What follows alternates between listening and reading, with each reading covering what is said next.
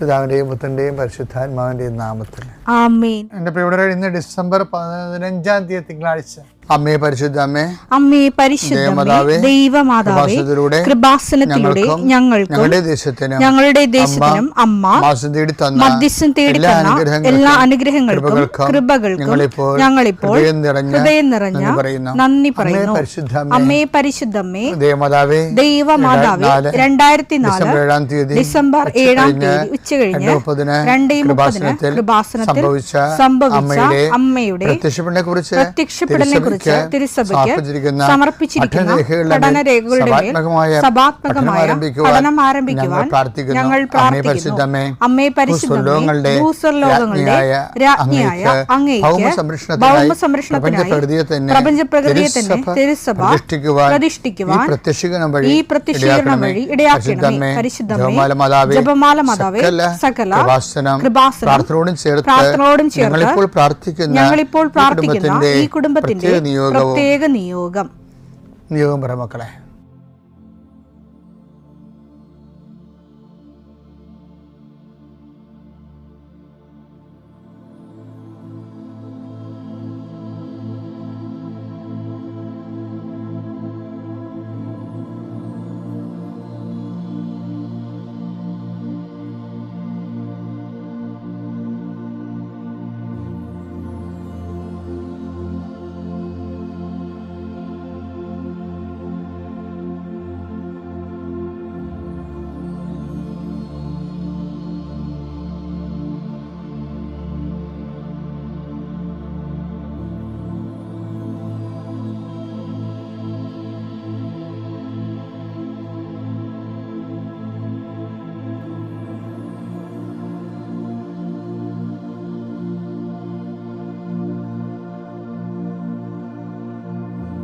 അമ്മയുടെ പ്രത്യക്ഷീകരണത്തിന്റെ ഈ അനുഗ്രഹവേളയിൽ ഞങ്ങൾക്ക് സാധിച്ചു തരുവാൻ കനിയണമേ.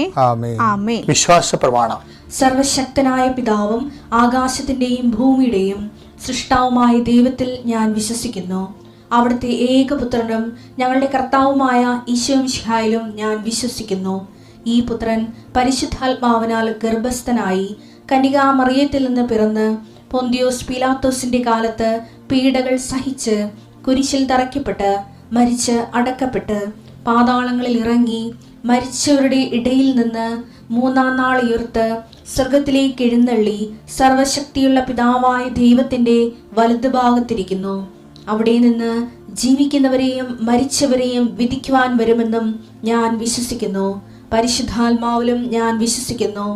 വിശുദ്ധ കത്തോലിക്കാ സഭയിലും പുണ്യവാന്മാരുടെ ഐക്യത്തിലും പാപങ്ങളുടെ മോചനത്തിലും ശരീരത്തിന്റെ ഉയർപ്പിലും നിത്യമായ ജീവിതത്തിലും ഞാൻ വിശ്വസിക്കുന്നു.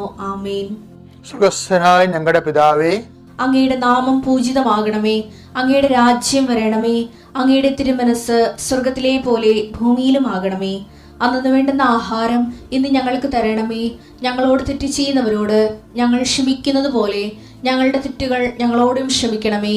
ഞങ്ങളെ പ്രലോഭനത്തിൽ ഉൾപ്പെടുത്തരുതേ, തിന്മയിൽ ഞങ്ങൾ രക്ഷിക്കണമേ. ആമേൻ. നന്മ നിറഞ്ഞ മറിയമേ, സ്വസ്തി. കർത്താവ് അങ്ങയുടെ കൂടെ സ്ത്രീകളിൽ അങ്ങ് അനുഗ്രഹിക്കപ്പെട്ടവളാകുന്നു. അങ്ങയുടെ ഉദരത്തിൻ ഫലമായി ഈശോ അനുഗ്രഹിക്കപ്പെട്ടവനാകുന്നു. പരിശുദ്ധ മറിയമേ, തമ്പുരാന്റെ അമ്മേ, പാപികളായ ഞങ്ങൾക്ക് വേണ്ടി ഇപ്പോഴും ഞങ്ങളുടെ മരണസമയത്തും തമ്പുരാനോട് അപേക്ഷിക്കണമേ. ആമേൻ. കർത്താവേ, നിന്റെ ഉന്നതമായ നാമത്തിന് സ്തോത്രം ചെയ്യുന്നു. കർത്താവേ, നിന്റെ വിശുദ്ധ പൗരോഹിത്യത്തെ മഹത്വപ്പെടുത്തണമേ.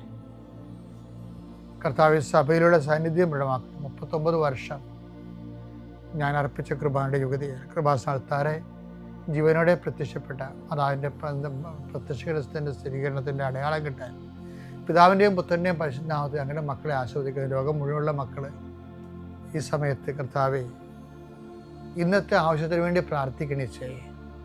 ഈ പ്രാർത്ഥന കഴിഞ്ഞിട്ട് വേണം അവർക്ക് ഓരോ വ്യക്തികളെ കാണാൻ, അവർക്ക് ഓരോ രേഖകളുമായിട്ട് പോകാൻ, അവർക്ക് ഓരോ അവരുടെ യാത്ര പുറപ്പെടാൻ, അവരുടെ വാഹനങ്ങളിൽ പോകാൻ. ഇങ്ങനെ ഇന്നത്തെ പോർട്ട്ഫോളിയോ മുഴുവനും ഉത്തരവാദിത്തങ്ങളെല്ലാം കർത്താവെ നിനക്ക് ഏൽപ്പിച്ച് പ്രാർത്ഥിക്കുന്നു. സങ്കടപ്പെടുന്നവരുണ്ട്, ചില കാര്യങ്ങൾ ഓർത്ത്, ചിലരെ ഓർത്ത് ഉത്കണ്ഠപ്പെടുന്നവരുണ്ട്, ചില ജോലി സ്ഥലങ്ങളെ ഓർത്ത് മനസ്സ് ഇപ്പം തന്നെ ഭയപ്പെടുന്നവരുണ്ട്. കർത്താവേ, അവരെല്ലാം നീ ഏറ്റെടുക്കണമെന്ന് പ്രാർത്ഥിക്കുന്നു. Eesho, I come with you wherever you go എന്ന് പറഞ്ഞ അങ്ങയുടെ വാഗ്ദാനം നിറവേറ്റിക്കൊണ്ട് അങ്ങയുടെ മക്കളുടെ കൂടെ ഇന്നത്തെ യാത്രയിൽ നീ സഹയാത്രികനാകണമെന്ന് പ്രാർത്ഥിക്കുന്നു. കർത്താവ്, രാത്രി ഇന്ന് തിരിച്ചു വരുമ്പോൾ അവർ ഉത്തരവാദിത്തങ്ങളെ നിറവേറ്റി അങ്ങയുടെ കൂടെ ഇൻസെൻറ്റീവ് കൊടുത്ത് അവർ വിചാരിക്കുന്ന കൂടുതൽ കാര്യങ്ങൾ ചെയ്ത് തീർത്ത് എല്ലായിടത്തും വിജയം ഉണ്ടായി തിരിച്ചു വരാൻ കൃപാസ്ഥാനത്താരെ ജീവനോടെ പ്രത്യക്ഷപ്പെട്ട മാതാവ് പരിശുദ്ധ അമ്മ, നിൻ്റെ അമ്മ മധ്യസ്ഥ ദൈവമാതാവിൻ്റെ മധ്യസ്ഥതയിൽ ഈശോയുടെ നാമം തന്നെ ഞാൻ ആശീർവദിച്ച് അയക്കുന്നു.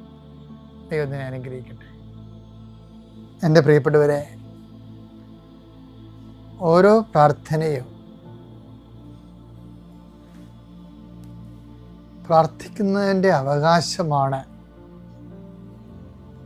എന്ന സൂചന നമുക്ക് ബൈബിളിൽ നിന്ന് കണ്ടെത്താൻ കഴിയും. ഞാനത് ഒരു ആധ്യാത്മിക വിരുദ്ധാർത്ഥത്തിൽ പറയുകയല്ല. ഈ വേർഡ് മെൽട്ടിങ്, വചന ഉരുക്കം, അതായത് എന്നൊരു വിഷയം ഞാൻ കഴിഞ്ഞ ദിവസം അവതരിപ്പിച്ചില്ലേ. അതായത് മുട്ട ചൂട് കൊണ്ട് വിരിയുന്നു എന്നൊക്കെ പറഞ്ഞില്ലേ. ഐസ് താപം ഏൽക്കുമ്പോൾ ഉരുകുന്നു. അതുപോലെ വചനം, ദൈവസ്നേഹം ഏൽക്കുമ്പോൾ വചനം ഉരുകും. നമ്മൾ ദൈവസ്നേഹത്തോടെയാണ് ബൈബിൾ വായിക്കുന്നതെങ്കിൽ വചനം ഉരുകാൻ തുടങ്ങും.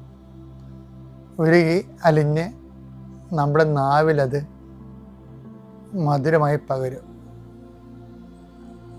ഇപ്പോൾ ഉദാഹരണത്തിന് ഒന്ന് മത്തായിയുടെ സുവിശേഷം 6:32 വായിച്ചേ.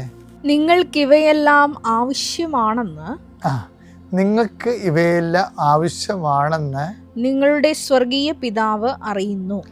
അപ്പം നമ്മുടെ ആവശ്യമാണെന്നുള്ള സ്വർഗീയ പിതാവ് അക്രെഡിറ്റ് ചെയ്തു. ഇത് നിസ്സാര കാര്യമല്ല. താൻ സൃഷ്ടിച്ച മനുഷ്യനെ അതാത് കാലത്തിൻ്റെ മാനവികതയുടെ മാനദണ്ഡം അനുസരിച്ചുകൊണ്ട് മാന്യതയോടെ ജീവിക്കാൻ ആവശ്യമുള്ളതെല്ലാം. അതാണ് ഇത് എല്ലാം എന്ന് പറഞ്ഞ വായിക്കുകയാണ്. നിങ്ങൾക്കിതെല്ലാം ആവശ്യമാണെന്ന് നിങ്ങളുടെ സ്വർഗീയ പിതാവ് അറിയുന്നു എന്ന് പറയുമ്പോൾ പിതാവ് ഈ വിഷയം അക്രെഡിറ്റ് ചെയ്തു, ഔദ്യോഗികമായിട്ട് പ്രഖ്യാപിച്ചു നമ്മുടെ ആവശ്യങ്ങളെ. അപ്പോൾ എന്ത് പറ്റും? സ്വാഭാവികമായി അത് നമ്മുടെ അവകാശമായി മാറും.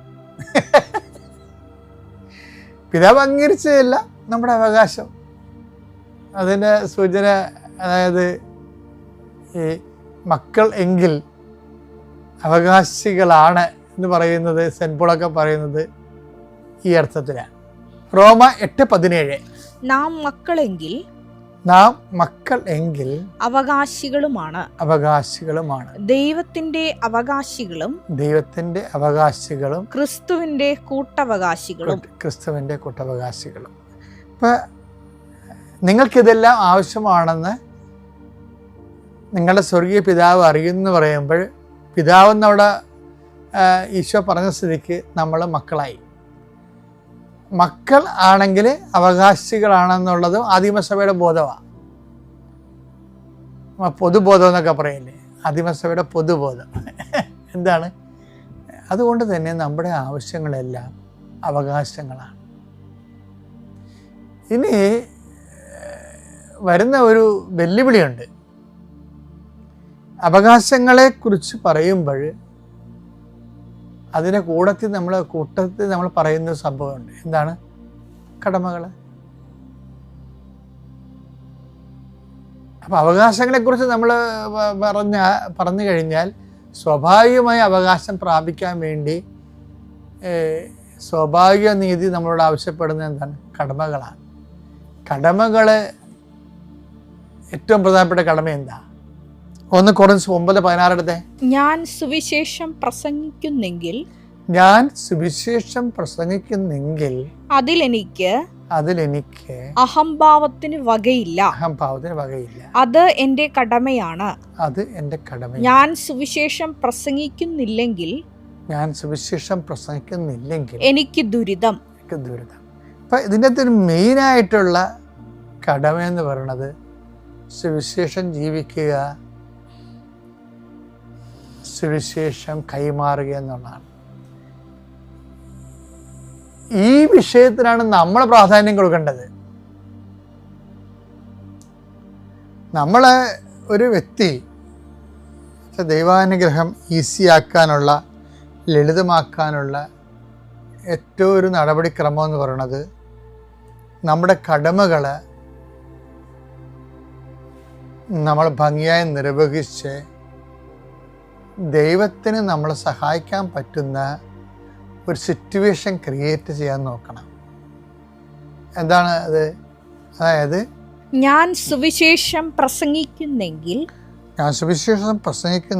അതിൽ എനിക്ക് അഹംഭാവത്തിന് വകയില്ല. അത് എന്റെ കടമയാണ്. അതായത് എന്റെ വിഷയം വെച്ചാല് ഈ കടമ നമ്മൾ സ്നേഹത്തോടെ നിർവഹിച്ചു കഴിഞ്ഞാൽ, അതായത് സുവിശേഷ വിഹിതമായി ജീവിക്കുക,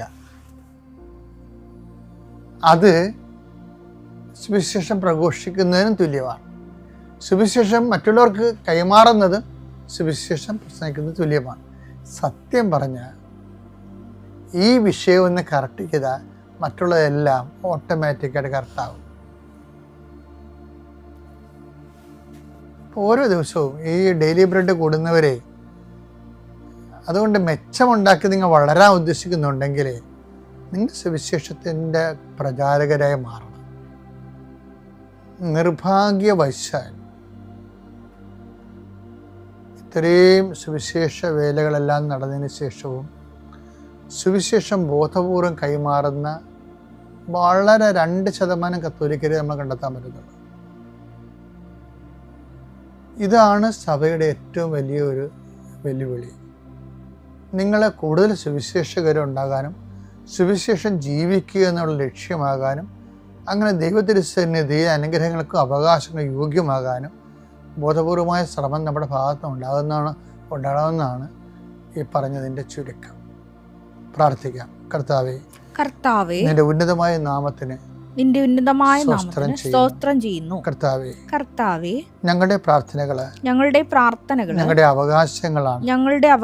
അവകാശം പ്രാപിക്കാൻ കടമ നിർവഹിക്കുന്നതിന്റെ ഭാഗമായി സുവിശേഷ വേല ചെയ്യാനും സുവിശേഷം ജീവിക്കുവാനും സാക്ഷ്യം വഹിക്കുവാനും ഞങ്ങളെ സഹായിക്കണമേ. പിതാവിന്റെയും പുത്രന്റെയും പരിശുദ്ധാത്മാവിന്റെയും നാമത്തിൽ.